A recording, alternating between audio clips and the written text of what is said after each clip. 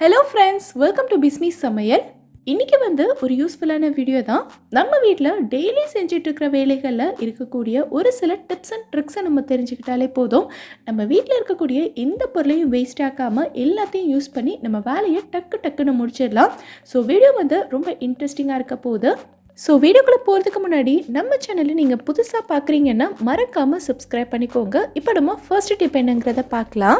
மாவெல்லாம் பார்த்தீங்கன்னா நம்ம இட்லி தோசைக்கு அரைச்சி வச்சுருப்போம்ல, அது ஒரு 4-5 நாள் ஆனதுக்கப்புறமா கடைசியாக முடிய போகிற ஸ்டேஜில் ஒரு கரண்டி 2 கரண்டி மாவு மீதமாக இருக்கும்.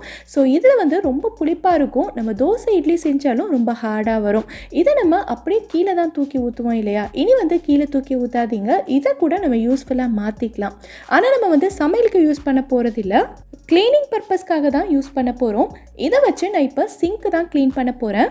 நம்ம கமெண்ட்டில் ஒரு சிஸ்டர் அடிக்கடி கேட்டுக்கிட்டே இருப்பாங்க, உங்கள் சிங்க் பார்க்குறதுக்கு எப்போவுமே நல்லா பளிச்சுன்னு நீட்டாக இருக்கே எப்படின்னு. எப்போவுமே நம்ம சோப் வாட்டர் போட்டு க்ளீன் பண்ணுறதை விட இந்த மாதிரி புளிச்ச மாவு, ஒரு சில நேரங்களில் கோதுமை மாவு, மைதா மாவெல்லாம் வண்டு வச்சிருச்சுன்னா அதை அப்படியே நம்ம கீழே தான் தூக்கி போடுவோம் இல்லையா? ஸோ அதை வச்செல்லாம் நம்ம அப்பப்போ சிங்க்கை க்ளீன் பண்ணிக்கலாம். இந்த மாவில் இருக்கக்கூடிய புளிப்பு இந்த சிங்கில் இருக்கக்கூடிய எண்ணெய் பிசுக்கு எல்லாத்தையுமே நல்லா பளிச்சுன்னு க்ளீன் பண்ணி கொடுத்துரும். இது நமக்கு உப்பு கரையை கூட ஈஸியாகவே எடுத்துரும். ஸோ அப்பப்போ நான் இந்த மாதிரி தான் க்ளீன் பண்ணுவேன். சிங்க் மட்டும் இல்லை, எண்ணெய் பாட்டில் கூட நம்ம இதை வச்சு க்ளீன் பண்ணிக்கலாம். நான் ஏற்கனவே இன்னொரு வீடியோவில் இதை வச்சு எண்ணெய் பாட்டில் க்ளீன் பண்ணி காட்டியிருப்பேன். நம்ம தேய்ச்சிட்டு ஊற வைக்கணுங்கிற அவசியம்லாம் கிடையாது. சிங்க் ஃபுல்லாகவே நல்லா தேய்ச்சி விட்டுட்டிங்க அப்படின்னா உடனே தண்ணி ஊற்றி கழுவிடலாம். ஸோ சிங்க் நல்லா பளிச்சுன்னு புதுசு மாதிரி இருக்கும். உங்ககிட்ட மாவே மீதி இல்லைன்னாலும் பரவாயில்ல, அந்த டப்பாவில் லைட்டாக அங்கங்கே ஒட்டியிருக்கும் தெரியுமா? அதை கொஞ்சமாக தண்ணி ஊற்றி மிக்ஸ் பண்ணிட்டீங்க அப்படின்னா அதை வச்சு கூட நீங்கள் ஈஸியாகவே க்ளீன் பண்ணிக்கலாம். உங்களுக்கே நல்ல டிஃப்ரென்ஸ் தெரியும். ஸோ கண்டிப்பாக ட்ரை பண்ணி பாருங்கள். நம்ம வீட்டில் சிக்கன் 65 மசாலா, மட்டன் மசாலா, இந்த மாதிரியான மசாலா வகைகள் கூட நம்ம எப்போயாச்சும் கடையில் வாங்குவோம். ஆனால் மிளகுத்தூள், ஜீரகத்தூள், இந்த மாதிரியான பொருட்களை நம்ம எப்போவுமே வீட்டில் அரைச்சி தான் யூஸ் பண்ணுவோம் இல்லையா? அப்படி நம்ம வீட்டில் அரைக்கும் போது மிளகுத்தூள் எல்லாம் பார்த்திங்கன்னா நம்ம அரைச்சி ஒரு 4-5 நாள் அதோட காரமும் வாசனையும் நல்லா சூப்பராக இருக்கும். இதுவே நாளாக பார்த்திங்கன்னா அதோட காரம் கொஞ்சம் கொஞ்சமாக குறைஞ்சு காரமும் இருக்காது, வாசனையும் இருக்காது. ஸோ அதுக்கு நம்ம என்ன பண்ணணும்னா, மிளகு அப்படியே மிக்ஸி ஜாரில் கொட்டி அரைச்சி எடுக்காமல் இந்த மாதிரி ஒரு பேனை லைட்டாக சூடு பண்ணிவிட்டு உங்களுக்கு தேவையான அளவுக்கு மிளகை அதில் போட்டு லைட்டாக வறுத்துக்கோங்க. இதை வறுக்கும்போது ஸ்டவ்வை நல்லா குறைச்சி வச்சு வறுத்துக்கோங்க. இல்லைனா மிளகும் நமக்கு சீக்கிரமாக கரிஞ்சு போயிடும். அதே சமயம் இதோட நெடியும் நமக்கு மூக்கில் ஏற ஆரம்பிக்கும். ஸோ ஸ்டவ்வை நல்லா குறைச்சி வச்சுக்கோங்க. ரொம்ப நேரம் இல்லை, ஒரு 2 நிமிஷத்துக்கு வறுத்திங்கன்னா இது கை பொறுக்கிற சூடில் வந்துடும். ஸோ இப்போ நம்ம ஸ்டவ் ஆஃப் பண்ணிவிட்டு இதை வேறொரு பிளேட்டுக்கு மாற்றி நல்லா ஆற விட்டுக்கலாம். நல்லா ஆறுனதுக்கப்புறமா ஒரு மிக்ஸி ஜாரில் சேர்த்து நம்ம பவுடர் பண்ணி எடுத்துக்கலாம். முக்கியமான விஷயம், மிக்ஸி ஜார் நல்லா காஞ்சிருக்கணும். இல்லைனா இப்போ இருக்க மழை நேரத்துக்கு ஈரத்தோடய சேர்த்து நம்ம அரைச்சி எடுத்துட்டோன்னா மிளகுத்தூள் ரொம்ப சீக்கிரமே நமக்கு கட்டி பிடிச்ச மாதிரி ஆயிரும். ஸோ இந்த மாதிரி நீங்கள் நல்லா வறுத்துட்டு அரைச்சிங்க அப்படின்னா எவ்வளோ நாள் ஆனாலும் சரி இதோட காரம் கொஞ்சம் கூட குறையவே குறையாது. நீங்கள் கடைசி ஸ்பூன் மிளகுத்தூள் யூஸ் பண்ணுற வரைக்குமே இது நல்ல காரமாக ஃப்ளேவர்ஃபுல்லாக இருக்கும். ஸோ நெக்ஸ்ட் டைம் நீங்கள் இதே மாதிரி ட்ரை பண்ணி பாருங்கள். உங்களுக்கே நல்ல டிஃப்ரென்ஸ் தெரியும். இந்த டிப் உங்களுக்கு பிடிச்சிருந்தா நம்ம சேனலை சப்ஸ்கிரைப் பண்ணிக்கோங்க. இப்போ நம்ம அடுத்த டிப் என்னங்கிறத பார்க்கலாம். நம்ம வீட்டில் வெஜ்ஜோ இல்லை நான்வெஜ்ஜோ எந்த டைப் ஆஃப் பிரியாணி வெரைட்டி செஞ்சாலுமே நிறைய பேர் யோசிக்கிறது என்னென்னா, நமக்கு ஹோட்டலில் கிடைக்கிற மாதிரி அதே வாசனை வர மாட்டேங்குதே அப்படிங்கிறது தான். இதுக்கு ஒரு காரணம் நம்ம சேர்க்குற இஞ்சி பூண்டு விழுதோட அளவும் தான். இஞ்சியையும் பூண்டையும் நம்ம கரெக்டான ரேஷியோவில் சேர்த்தோம் அப்படின்னா நமக்கும் ஹோட்டலில் கிடைக்கிற அதே வாசனையும் டேஸ்ட்டும் கண்டிப்பாக வரும். இஞ்சி பூண்டு பேஸ்ட் அரைக்கும் போது எப்போவுமே பூண்டோட அளவு அதிகமாக இருந்தால் தான் வாசனை சூப்பராக இருக்கும். 60% பூண்டு எடுத்திங்கன்னா 40% நீங்கள் இஞ்சி எடுத்துக்கணும். அதாவது இப்போ நீங்கள் 100 கிராம் அளவுக்கு இஞ்சி பூண்டு பேஸ்ட் அரைக்க போகிறீங்க அப்படின்னா 60 கிராம் பூண்டு இருக்கணும், 40 கிராம் இஞ்சி இருக்கணும். அதே மாதிரி அரைக்கும் போது ரொம்ப தண்ணி சேர்த்தும் அரைக்கக்கூடாது. கழுவுனதுக்கு அப்புறமா இந்த மாதிரி ஒரு துணியில் போட்டு ஃபுல்லாக தொடச்சி எடுத்துருங்க. அப்படி இல்லைனா ஃபேனுக்கு கீழே வச்சு கூட நீங்கள் காய வச்சுக்கலாம். தண்ணியோடு அரைச்சிட்டோன்னா ரொம்ப நாளைக்கு ஃப்ரெஷ்ஷாக இருக்காது. சீக்கிரமே அதோட வாசனையும் டேஸ்ட்டும் போயிட்டு கலர் ஃபுல்லாக சேஞ்ச் ஆயிரும். ஃபஸ்ட்டு இஞ்சியை மட்டும் போட்டு லைட்டாக ஒரு சுற்றிட்டு அதுக்கப்புறமா நம்ம பூண்டு சேர்த்து ஃபுல்லாக அரைச்சிக்கலாம். நம்ம சுத்தமாக தண்ணி சேர்க்காமல் அரைக்கிறதுனால அங்கங்கே 1-2 பூண்டு வந்து அடிப்படாமல் அப்படியே முழுசாக இருக்கும். ஸோ அந்த டைமில் நம்ம என்ன பண்ணலான்னா, ஒரே ஒரு டீஸ்பூன் அளவுக்கு நம்ம எண்ணெய் சேர்த்துக்கலாம். இது நம்ம எப்போவுமே சமையலுக்கு யூஸ் பண்ணுற நார்மல் குக்கிங் ஆயில் தான். ஸோ எண்ணெய் சேர்த்துட்டு நம்ம அரைக்கும் போது நல்லா ஸ்மூத்தாக ஃபைன் பேஸ்ட்டாக அரைஞ்சி வந்துடும். ஸோ இந்த மாதிரி நீங்கள் அரைச்சி பிரியாணி, குஸ்கா, கீ ரைஸ் இல்லை சிக்கன் குழம்பு, மட்டன் குழம்பு எந்த ரெசிபி செஞ்சாலுமே இதோட வாசனையும் டேஸ்ட்டுமே அவ்வளோ சூப்பராக இருக்கும். ஸோ கண்டிப்பாக ட்ரை பண்ணி பாருங்கள். இந்த டிப் உங்களுக்கு பிடிச்சிருந்தா வீடியோவை லைக் பண்ணிவிட்டு நம்ம சேனலை சப்ஸ்கிரைப் பண்ணிக்கோங்க. இப்போ நம்ம அடுத்த டிப் என்னங்கிறத பார்க்கலாம். நிறைய பேர் வந்து ஸ்டெயின்லெஸ் ஸ்டீல் பாத்திரத்தில் சமைச்சா ஒட்டும் அடிப்பிடிக்குன்றதுக்காக பெரும்பாலும் நான்ஸ்டிக் இல்லைனா அலுமினிய பாத்திரத்தில் சமைப்பீங்க. இந்த டிப்பை நீங்கள் தெரிஞ்சு வச்சுக்கிட்டிங்கன்னா இனி எப்போவுமே ஸ்டெயின்லெஸ் ஸ்டீல் பாத்திரத்தில் மட்டும்தான் சமைப்பீங்க. இங்கே வந்து நான் ஒரு ஃப்ரை பேன் தான் எடுத்திருக்கேன். இப்போ இதை வந்து நம்ம நான்ஸ்டிக் பாத்திரமாக மாற்றணும்னா என்ன பண்ணணுங்கிறத பார்க்கலாம். பாத்திரத்தை நல்லா கழுவிட்டு ஸ்டவ்வில் வச்சு சூடு பண்ணிக்கலாம். ஸ்டவ்வை வந்து கொஞ்சம் ஹை ஃப்ளேமில் வச்சு சூடு பண்ணிக்கோங்க. பாத்திரம் நல்லா சூடானதுக்கு அப்புறமா இதில் கொஞ்சமாக எண்ணெய் சேர்த்துட்டு இந்த மாதிரி ஒரு டிஷ்யூ வச்சு பாத்திரத்தோட எல்லா பக்கமும் நல்லா தடவி விட்டுருங்க. அடியில், சைடில், இந்த மேலே இருக்கிற விளிம்பில் எல்லா இடத்துலையும் நம்ம தேய்ச்சி விட்டுறலாம். இந்த பாத்திரம் வந்து நல்லா சூடாகணும். நல்லா சூடானதுக்கு அப்புறமா இதுலேருந்து புகை வர ஆரம்பிக்கும். அந்த டைமில் நம்ம ஸ்டவ் ஆஃப் பண்ணிக்கலாம். ஸ்டவ் ஆஃப் பண்ணிவிட்டு நல்லா ஆற விட்டுருங்க. பார்த்தீங்கன்னா இந்த பாத்திரத்தை நம்ம நல்லா சீசனிங் பண்ணி வச்சுருக்கோம். இதை வந்து நீங்கள் இப்போவே சமைக்க போகிறீங்க அப்படின்னா இதை மறுபடியும் நல்லா சூடு பண்ணிவிட்டு நீங்கள் எப்போ போல் சமைக்க ஆரம்பிக்கலாம். இல்லை இப்போ சமைக்கல, நாளைக்கு தான் சமைக்க போகிறீங்க அப்படின்னா இதை வந்து நல்லா கழுவிட்டு எடுத்து வச்சுருங்க. நான் வந்து இப்போவே தான் இதில் உங்களுக்கு முட்டை பொரிச்சு காட்ட போகிறேன். ஸோ ஆறுன பாத்திரத்தை மறுபடியும் நம்ம நல்லா சூடு பண்ணிக்கலாம். இப்போ பாத்திரம் நல்லா சூடாயிருச்சு. இதில் நம்ம எண்ணெயை ஊற்றலாம் வேண்டாம். ஒரு ப்ரஷ் வச்சு கொஞ்சமாக எண்ணெயை லைட்டாக தடவி விட்டுட்டு நான் உங்களுக்கு முட்டை பொரிச்சு காட்டுறேன் பாருங்கள். பாத்திரத்தில் கொஞ்சம் கூட ஒட்டாமல் நான்ஸ்டிக் மாதிரி எவ்வளோ சூப்பராக வருது பாருங்கள். நீங்கள் பாத்திரம் கடையிலேருந்து வாங்கிட்டு சமைக்கும் போது ஃபர்ஸ்ட் டைம் மட்டும் இதே மாதிரி சீசனிங் பண்ணிவிட்டு சமைக்க ஆரம்பிச்சிங்கன்னா எவ்வளோ நாள் ஆனாலும் சரி பாத்திரத்தில் கொஞ்சம் கூட ஒட்டாமல் நான்ஸ்டிக் பாத்திரம் மாதிரியே நீங்கள் வந்து சமைச்சிக்கலாம். இப்போ நம்ம அடுத்த டிப் என்னங்கிறத பார்க்கலாம். நிறைய பேர் செய்கிற தப்பு என்னன்னா, பாத்திரத்தை ஸ்டவ்வில் வச்சுட்டு நல்லா சூடாகிறதுக்கு முன்னாடியே அதில் வந்து எண்ணெய் ஊற்றிடுவாங்க. அந்த மாதிரி செய்யவே கூடாது. பாத்திரம் வந்து நம்ம சமைக்கிற அளவுக்கு சூடாயிருச்சான்னு எப்படி தெரிஞ்சுக்கலான்னா, நான் கொஞ்சமாக தண்ணி எடுத்து தெளிக்கிறேன் பாருங்கள். தண்ணி எல்லாத்தையுமே பாத்திரம் நல்லா உறிஞ்சிக்குது பாருங்கள். இந்த ஸ்டேஜில் நீங்கள் எண்ணெய் ஊற்றவே கூடாது. இப்போ நீங்கள் எண்ணெய் ஊற்றி சமைக்க ஆரம்பிச்சிங்கன்னா நமக்கு நிறைய எண்ணெய் தேவைப்படும். இப்போ நான் தண்ணி தெளிக்கிற தண்ணி எல்லாமே பபிள்ஸ் மாதிரி எவ்வளோ சூப்பராக உருண்டோடுது பாருங்கள். இதை வந்து மெர்க்குரி டெஸ்ட்னு சொல்லுவாங்க. தண்ணி வந்து மெர்க்குரி மாதிரி உருண்டுக்கிட்டே இருக்கும். இப்போ நம்ம எண்ணெய் ஊற்றி சமைக்க ஆரம்பித்தோன்னா பாத்திரத்தில் கொஞ்சம் கூட ஒட்டவே ஒட்டாது. நமக்கு அதிகமான எண்ணெயும் தேவைப்படாது. நம்ம நான்ஸ்டிக் பாத்திரத்தில் சமைக்கிற மாதிரியே கொஞ்சமாக எண்ணெய் ஊற்றி பாத்திரத்தில் கொஞ்சம் கூட ஒட்டாமல் சூப்பராக சமைச்சு முடிச்சிடலாம்.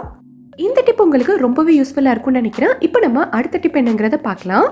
இப்போ நான் சொல்ல போகிற டிப் வந்து புதுசாக சமையல் கற்றுக்கிறவங்க, நிறைய பிரியாணி வெரைட்டிஸ் பண்ணுறவங்களுக்கெல்லாம் ரொம்ப ரொம்ப யூஸ்ஃபுல்லாக இருக்கும்.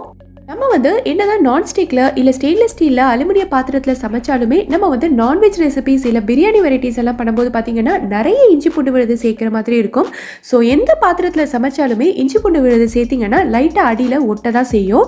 ஸோ அந்த மாதிரி ஆகாமல் இருக்கிறதுக்கு என்ன பண்ணணுங்கிறத நான் சொல்கிறேன். இதில் நீங்கள் பார்த்தீங்கன்னாலே தெரியும், நான் கொஞ்சமாக தான் எண்ணெய் ஊற்றி சமைச்சிட்ருக்கேன். இப்போ இதில் நான் இஞ்சி பூண்டு விழுது சேர்க்க போகிறேன். இது வந்து நமக்கு பாத்திரத்தில் கொஞ்சம் கூட ஒட்டாமல் இருக்கணும்னா இஞ்சி பூண்டு விழுது சேர்த்த உடனேவே கூடவே கொஞ்சமாக உப்பையும் சேர்த்துருங்க. உப்பு சேர்த்துட்டு நல்லா கலந்து விட்டுட்டோம்னா எவ்வளோ நேரம் ஆனாலும் சரி இது வந்து நமக்கு பாத்திரத்தோட அடியில் ஒட்டவே ஒட்டாது. இனி வந்து இஞ்சி பூண்டு விழுது சேர்த்துட்டு பக்கத்துலேயே நின்று அடிக்கடி கலந்து விட வேண்டியது இல்லை. இது அடி பிடிச்சிருமேன்ற டென்ஷனும் நமக்கு இல்லாமல் ரொம்ப கூலாக சமைக்கலாம்.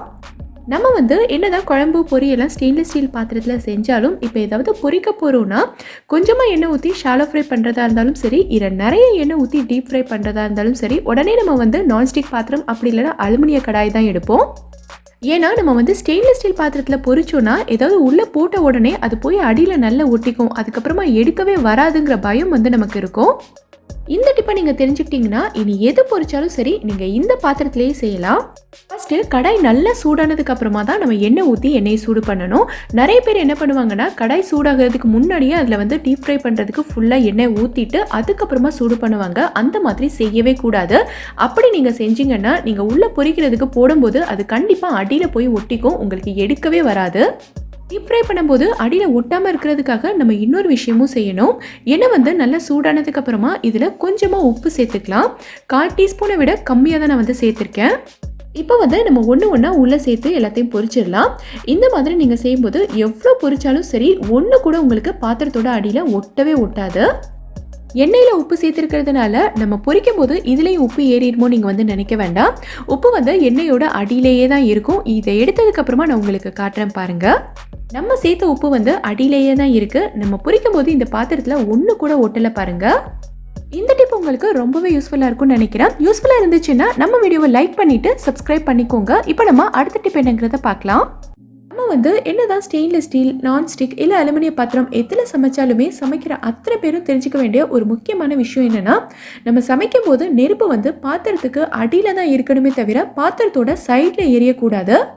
நீங்கள் ஸ்டவ்வை வந்து நல்லா ஹை ஃப்ளேமில் வச்சுட்டு நெருப்பு வந்து பாத்திரத்துக்கு வெளியில் சைட்லலாம் வரும்போது என்னாகும்னா பாத்திரத்தோட கலர் வந்து நமக்கு வெளியில் அப்படியே மாற ஆரம்பிக்கும். ஸ்டெயின்லெஸ் ஸ்டீலில் மட்டும் இல்லை, நீங்கள் எந்த டைப் பாத்திரம் யூஸ் பண்ணாலும் இதே மாதிரி தான். அது மட்டும் இல்லாமல் சைட்லலாம் நமக்கு வந்து வேகமாக நெருப்பு எறிகிறதுனால சைடில் இருக்கிறதெல்லாம் நமக்கு பார்த்திங்கன்னா சீக்கிரமாக சூடாகி தீஞ்சு போயிடும். சென்டரில் வந்து சூடு கம்மியாக இருக்கும். ஸோ எப்போவுமே நெருப்பை வந்து அடியிலேயே மெயின்டைன் பண்ணுங்கள். அடுத்து குட்டீஸ் எல்லாருக்குமே ரொம்ப ரொம்ப பிடிச்ச 5 நிமிஷத்தில் செய்யக்கூடிய ஒரு சிம்பிளான ஸ்நாக் ரெசிபி தான் பார்க்க போகிறோம். இதுக்கு நான் வந்து 2 வாழைப்பழம் எடுத்திருக்கேன். ஸோ ரெண்டத்தையுமே இந்த மாதிரி குட்டி குட்டி பீசஸாக ஸ்லைஸ் பண்ணி எடுத்துக்கலாம். இதை நீங்கள் வந்து குழந்தைங்களுக்கு ஸ்கூலுக்கும் கொடுத்து அனுப்பலாம், இல்லைனா ஈவினிங் டைமில் செஞ்சு கொடுக்குறதுக்கும் ரொம்ப நல்லாயிருக்கும். ஒரு பேனை லைட்டாக சூடு பண்ணியிருக்கேன். இதில் நான் வந்து 1 டீஸ்பூன் அளவுக்கு நெய் சேர்த்துக்கிறேன். இந்த நெய்க்கு பதிலாக நீங்கள் வந்து பட்டர் கூட சேர்த்துக்கலாம். ஸோ ரெண்டுமே டேஸ்ட் வந்து ரொம்ப நல்லாயிருக்கும். இப்போது இதில் நம்ம கட் பண்ணி எடுத்து வச்சுருக்க வாழைப்பழத்தை சேர்த்து நல்லா ரோஸ்ட் பண்ணிக்கலாம். இதை நீங்கள் வந்து ஒரு 30 செகண்ட்ஸ் ரோஸ்ட் பண்ணாலே போதும். பழம் வந்து நல்லா மேஷ் ஆகி வரும். இப்போது இது கூட நான் வந்து ஒரு 1/2 டீஸ்பூன் அளவுக்கு சுகர் சேர்த்துக்கிறேன். ஒயிட் சுகர் சேர்க்குறதுக்கு விருப்பம் இல்லாதவங்க நாட்டு சக்கரை கூட சேர்த்துக்கலாம். அதுவுமே டேஸ்ட் வந்து ரொம்ப நல்லாயிருக்கும். ஒரு 2 நிமிஷம் நல்லா கலந்து விட்டிங்கனாலே போதும். இந்த மாதிரி நல்லா திரண்டு ஹல்வா பதத்துக்கு வரும். இந்த டைமில் நம்ம வந்து ஸ்டவ் ஆஃப் பண்ணிக்கலாம். இப்போது இது வந்து கொஞ்சம் ஆறட்டும்.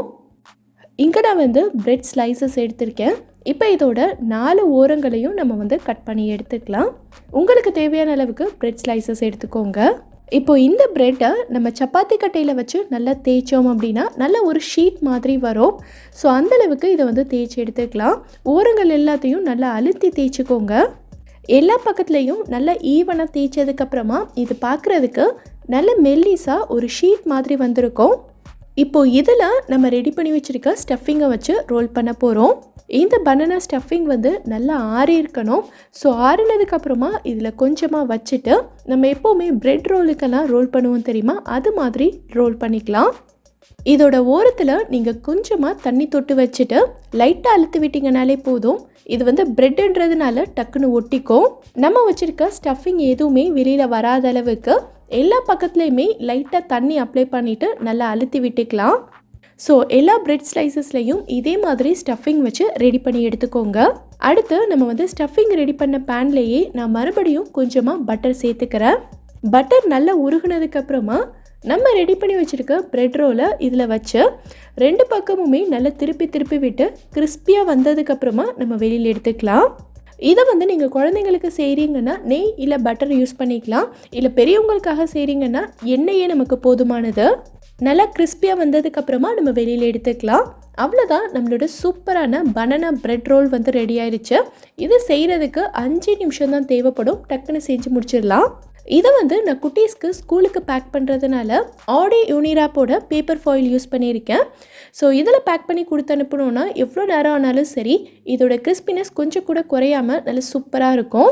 இதை வந்து நீங்கள் ஈவினிங் டைம்லையும் குழந்தைங்களுக்கு செஞ்சு கொடுக்கலாம். ஸோ ட்ரை பண்ணி பார்த்துட்டு எனக்கு கமெண்ட்டில் சொல்லுங்கள். இந்த வீடியோவில் நான் சொல்லியிருக்க டிப்ஸ் எல்லாமே உங்களுக்கு ரொம்பவே யூஸ்ஃபுல்லாக இருந்திருக்கும்னு நினைக்கிறேன். இதிலேருந்து ஏதாவது ஒரு டிப் உங்களுக்கு யூஸ்ஃபுல்லாக இருந்தாலும் மறக்காமல் எனக்கு கமெண்ட்டில் சொல்லுங்கள்.